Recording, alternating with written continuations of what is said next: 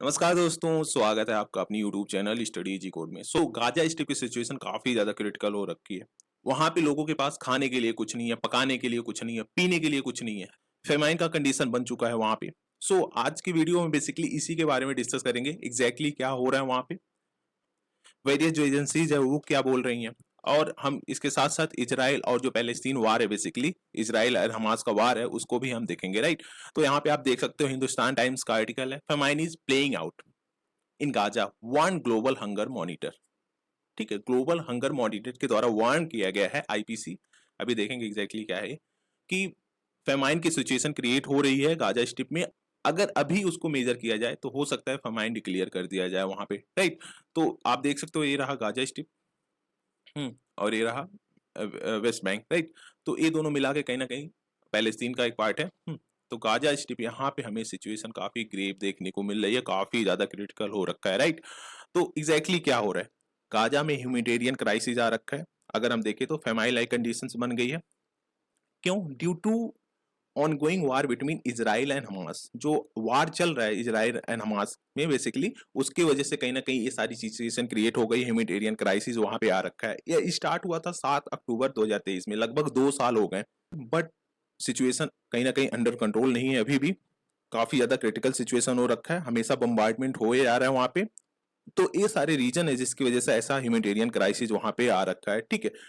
क्या जो एजेंसी है बेसिकली उसके द्वारा क्या अलर्ट दिया गया है, what did the new alert says, integrated food security phase classification, IPC एक ग्लोबल बॉडी है जो कि मॉनिटर करता है हंगर को।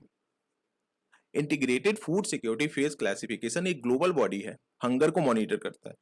उसके द्वारा बोला गया है वर्स्ट के सिनेरियो हो रखा है फेमाइन का, अगर हम देखें गाजा स्ट्रिप में, राइट। गाजा स्ट्रिप में वर्स्ट केस सिनेरियो हो रखा है फेमाइन का। अगर इसे जल्दी से रिजॉल्व नहीं किया जा सकता तो मिलियंस ऑफ पीपल कहीं ना कहीं डाइड हो जाएंगे वहां पे, ठीक है। वैसे भी ऑलरेडी देखे तो स्टार्विंग पीपुल बहुत ज्यादा वहां पे भूखे मर रहे हैं, मलनरिशन हो रखा है। उसके साथ साथ हंगर रिलेटेड जो डिजीज है उससे वेरियस पीपुल कहीं ना कहीं अपनी जान गंवा दे रहे हैं आए दिन, देखे तो, ठीक है। बट अगर देखे तो ऑफिशियली वहां पे अभी फेमाइन डिक्लेयर नहीं किया गया है, क्योंकि जो फॉर्मल डिक्लेरेशन होता है ना उसके लिए एक डिटेल्ड डाटा की नीड होती है। बट ड्यू टू वार वहां पे कोई ऐसे डाटा कलेक्ट ही नहीं हो पा रहा है, राइट। तो इसी सब की वजह से कहीं ना कहीं ये सब सिचुएशन क्रिएट हुआ है। आईपीसी क्या है एग्जैक्टली देखो, यह ग्लोबल पार्टनरशिप है UN agency and aid organisation का। क्या है? ग्लोबल पार्टनरशिप यूएन एजेंसी और एड, कुछ एड ऑर्गेनाइजेशन है उसका, राइट। क्या करता है, जो क्राइसिस हिट रीजन है बेसिकली वहां पे हंगर को एसेस करता है, हंगर को मेजर करता है और कहीं ना कहीं डाटा को प्रोवाइड कराता है और एनालाइज करता है कि क्या सिचुएशन वहां पे है। देखो एक इंपॉर्टेंट पॉइंट याद रखना, यह डिक्लेयर नहीं करता है फेमाइन को, ठीक है। अगर यूपीएससी में पूछ दिया तो ऐसा नहीं है, ये फेमाइन को नहीं डिक्लेयर करता है, राइट। यह बस डाटा प्रोवाइड कराता है और उसको एनालिसिस करता है, उसका एनालिसिस करता है एग्जैक्टली क्या सिचुएशन हो सकती है आने वाले टाइम में, राइट। तो ये सारी चीजें हैं। अब यहाँ पे क्या क्या कंडीशंस हो सकते हैं फेमाइन को डिक्लेयर करने के लिए, राइट। वेरियस कंडीशंस होते हैं ना, कुछ भी चीज अगर पोवर्टी डिक्लेयर करना है तो उसमें आप कंडीशन बताओगे। यहाँ पे फेमाइन डिक्लेयर करने के लिए क्या कंडीशंस है, देखो एटलीस्ट 20% जो पॉपुलेशन है ना वह एक्सट्रीम फूड शॉर्टेज को फेस करना चाहिए। किसी भी जो वार हिट सिचुएशन है या फिर कहीं भी किसी भी कंट्री में, अगर वहां पे 20% पॉपुलेशन एक्सट्रीम फूड शॉर्टेज को फेस कर रही है तो वहां पे फेमाइन डिक्लेयर किया जा सकता है। दूसरा पॉइंट क्या है, 1 in 3 चिल्ड्रेन इज एक्यूटली मलनरिस्ड, मतलब एक 3 में से एक चिल्ड्रेन मलनरिस्ड होना चाहिए। एक्यूटली मतलब एक्सट्रीम लेवल का जो मलनरिस्ट होता है बेसिकली वो होना चाहिए, राइट। थर्ड क्या है, at least 2 people out of every 10,000 die each day from hunger और रिलेटेड डिजीज, ठीक है। 10,000 में एटलीस्ट 2 पीपल ऐसे होने चाहिए जो डेली मर रहे हो, किस वजह से, हंगर और उससे रिलेटेड जो डिजीज है बेसिकली उसकी वजह से, राइट। तो ये सारी कंडीशंस है, आप इसको ध्यान में रखना क्योंकि ऑब्वियसली ऑप्शन में डायरेक्टली आ जाता है यूपीएससी के प्रीलिम्स में। अगर हम बात करें तो इसको आप कोट भी कर सकते हो मेंस में, अगर आ गया पॉवर्टी फेमाइन रिलेटेड जो कंडीशंस है बेसिकली जो वहां पे चल रहा है, आप ले सकते हो इजराइल एंड हमास में, राइट। हमास में जो कंडीशन बना हुआ है, तो बेसिकली ये काफी ज्यादा इंपॉर्टेंट डाटा, आप इसको ध्यान में रखना, ठीक है। अब जो लेटेस्ट आईपी अलर्ट दिया गया वह क्या रिवील कर रहा है, यह बोल रहा है कि Gaza has likely reach the food and मल न्यूट्रिशन थ्रेशोल्ड। जो फूड एंड मल न्यूट्रिशन का थ्रेशोल्ड है बेसिकली वहां पे रीच कर गया, कहीं ना कहीं हमें फेमाइन के सिचुएशन देखने को मिल सकते हैं अगर वहां पे प्रॉपर मेजरमेंट उसका किया जाए तो, ठीक है। स्पेशली हम कहाँ पे बात कर रहे हैं, गाजा सिटी। गाजा सिटी कहाँ है, ये रहा गाजा सिटी, ये है गाजा सिटी। यहाँ पे सिचुएशन काफी ज्यादा क्रिटिकल हो रखा है, राइट। वहां पे देखें तो चाइल्ड मल न्यूट्रिशन काफी ज्यादा अलार्मिंग लेवल पे पहुंच गया है। अगर देखो कहीं भी कोई भी वार हिट एरियाज होता है ना, वहां पे सबसे अफेक्टेड ज्यादा पीपल कौन से होते हैं? चिल्ड्रेन होते हैं, महिलाएं होती हैं, बूढ़े बुजुर्ग होते हैं, ठीक है। तो इन सब पॉपुलेशन में ज्यादा इम्पैक्ट पड़ता है इस सब चीजों का, ठीक है। और उसके साथ साथ देखें तो स्टारवेशन और डेथ है ड्यू टू हंगर काफी ज्यादा तेजी से इंक्रीज कर रहा है इस सब एरियाज में, right. Starvation and death due to hunger are rapidly increasing, ये भी एक मेजर कहीं ना कहीं रीजन है। अगर हम देखें तो फेमाइन डिक्लेयर किया जा सकता है इस बेसिस पे भी, ठीक है, क्योंकि हमने देखा एक पॉइंट इसमें ये भी था कि डेथ, हंगर की वजह से जो डेथ हो रहे हैं हमेशा कहीं ना कहीं उसमें से 10 में से अप्रोक्सीमेटली 2 पीपल डाइड होने चाहिए उससे, ठीक है। अगर देखें तो अराउंड 2.1 मिलियन पीपल कहीं ना कहीं गाजा में रह रहे हैं, मतलब 21 लाख के अप्रोक्सीमेटली कहीं ना कहीं गाजा में रह रहे हैं, ठीक है। उसमें से 88% ऐसे एरिया में रह रहे हैं जो अनसेफ है और ऑलरेडी वहां से इवैक्यूएशन हो चुका है, मतलब पीपुल्स का वहां से इवैक्यूएशन हो चुका है, उसमें 88% पॉपुलेशन रह रहे हैं, समझ रहे हो। मतलब वहां पे इसराइल के द्वारा बम्बार्डमेंट किया जा रहा है, ऐसा सिचुएशन हो गया है। बट हाँ, वहां पे अभी भी कहीं ना कहीं अप्रोक्सीमेटली आप ले सकते हो इसके अकॉर्डिंग 18 से 19 लाख पॉपुलेशन रह रही है, राइट। तो अगर देखें तो why is famine not at declared, अभी तक फेमाइन डिक्लेयर क्यों नहीं किया गया? हमने देखा कि वहां पे ongoing war, restricted access, no large scale of food distribution various areas में नहीं हो रहा है। इसी सब की वजह से कहीं ना कहीं उस डाटा को कलेक्ट करना काफी ज्यादा कॉम्प्लिकेटेड हो जा रहा है, काफी ज्यादा टफ हो जा रहा है, राइट। ऑन गोइंग वार, अगर कोई भी एजेंसी जाती है तो वहां पे हो सकता है बम्बार्डमेंट हो जाए, तो उसकी वजह से कहीं ना कहीं जो अदर लॉसेज है वो भी हो सकते हैं। इसी सब की वजह से कहीं ना कहीं अभी तक फेमाइन को डिक्लेयर नहीं किया जा पाया है वहां पे। हालांकि आईपीसी के द्वारा वार्न किया गया है, जब फेमाइन को फॉर्मली डिक्लेयर किया जाएगा हो सकता है तब बहुत ज्यादा लेट हो जाए, क्योंकि ऑलरेडी वेरियस पीपल डाइड हो चुके रहेंगे। क्योंकि एग्जांपल के तौर पे अगर देखें तो सोमालिया में 2011 में हुआ था, फेमाइन जब डिक्लेयर किया गया था उसके बाद कहीं ना कहीं 2,50,000 पीपल हैड ऑलरेडी डाइड, और उसमें देखें तो half of them were children, ठीक है। 2011 में जो सोमालिया का केस था बेसिकली, वहां पे अगर हम बात करें तो उसकी देखें तो, राइट। अगर देखें तो what causing the crisis, crisis हो क्यों रहा है बेसिकली? वार एंड ब्लॉकेट्स की वजह से वेरियस एजेंसीज फूड लेके खड़ी हैं उसको सप्लाई करने के लिए, बट वार एंड ब्लॉकेट्स की वजह से उनका प्रॉपर सप्लाई नहीं हो पा रहा है, प्रॉपर कहीं ना कहीं डिस्ट्रीब्यूशन नहीं हो पा रहा है। इसकी वजह से कहीं ना कहीं ये सारी सिचुएशन क्रिएट हो रहे हैं। उसके बाद वाटर नहीं है, वाटर की अवेलेबिलिटी नहीं है, फ्यूल की अवेलेबिलिटी नहीं है, कुकिंग सप्लाईज नहीं है, right.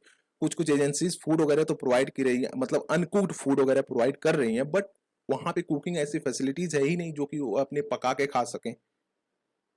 People can't cook even if they receive food, right. तो ये सारी चीजें हैं जो कि एक काफी ज्यादा हर्डल, एक काफी ज्यादा क्राइसिस को और ज्यादा इंक्रीज कर दे रही उस एरिया में। अगर हम देखें तो हु इज प्रोवाइडिंग एड, अभी तक एड किसके द्वारा प्रोवाइड किया जा रहा है?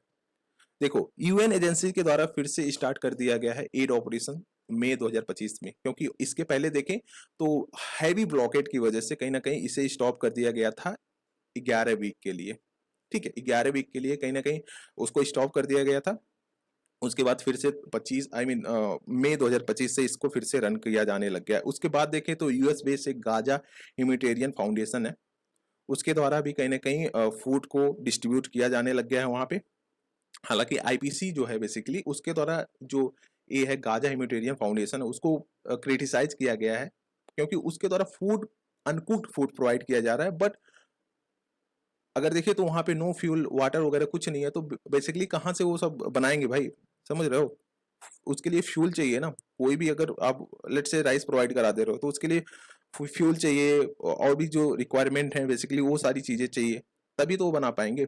इसकी वजह से और कहीं ना कहीं स्टारवेशन हमें देखने को मिल रहा है। मतलब फूड अवेलेबल तो है कुछ हद तक, बट उसको बनाने के लिए कुछ है ही नहीं, समझ रहे हो। फिर उसके बाद क्या, जो गाजा ह्यूमैनिटेरियन फाउंडेशन है बेसिकली उसके द्वारा क्लेम किया गया है कि अभी तक उसके द्वारा 96 मिलियन मील्स को डिलीवर किया गया है, ओवर 96 मिलियन मील्स को।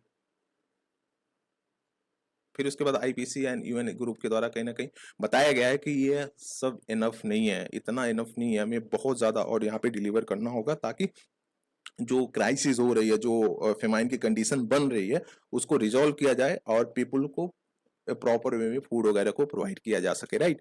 How much food is needed versus supplied, देखो अभी तक देखे तो गाजा में नीड कितने की है, 62,000 मैट्रिक टन की फूड पर मंथ में 62,000 मैट्रिक टन का फूड नीडेड है वहां पे, ठीक है। बट अगर देखें तो सप्लाई कितनी हो रही है, 19,900 ton metric ton, I mean metric ton को मई में सप्लाई किया गया था, 37,800 मैट्रिक टन में जून में सप्लाई किया गया था। अगर देखें तो इसके कंपेरिजन में काफी ज्यादा कम है, हाफ है, ठीक है, ये तो हाफ से भी कम है, ठीक है। तो कहीं ना कहीं इसी सब की वजह से ये सारी सिचुएशन क्रिएट हो रहे हैं। अगर हंगर क्राइसिस को स्टॉप करना है तो जो रिक्वायरमेंट है बेसिकली 62,000 मैट्रिक टन को, उसको उतना फूड प्रोवाइड कराना पड़ेगा उसको डील करने के लिए, right. What triggered the war, देखो स्टार्ट क्यों हुआ था वार, जिसकी वजह से अभी एक ग्रेव सिचुएशन बना हुआ है गाजा में।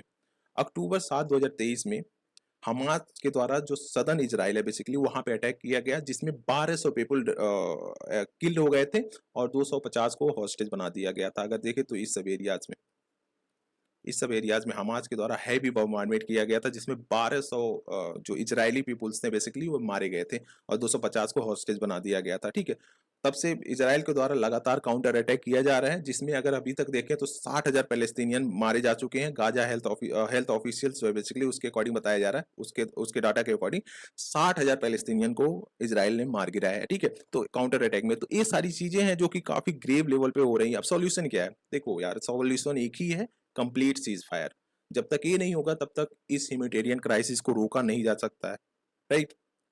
आप कितना भी फूड प्रोवाइड करा लो, कितना भी वाटर प्रोवाइड करा लो, कितना भी फ्यूल प्रोवाइड करा लो, जब तक सीज फायर नहीं होगा तब तक इस ह्यूमैनिटेरियन क्राइसिस को नहीं रोका जा सकता है। क्योंकि वार में हमेशा मिसाइल चलती रहेगी तो कहाँ से फूड वगैरह प्रोवाइड किया जाएगा, क्योंकि हमेशा ऑब्वियसली जो ह्यूमैनिटेरियन एड है वह रिस्ट्रिक्टेड होगा, ठीक है।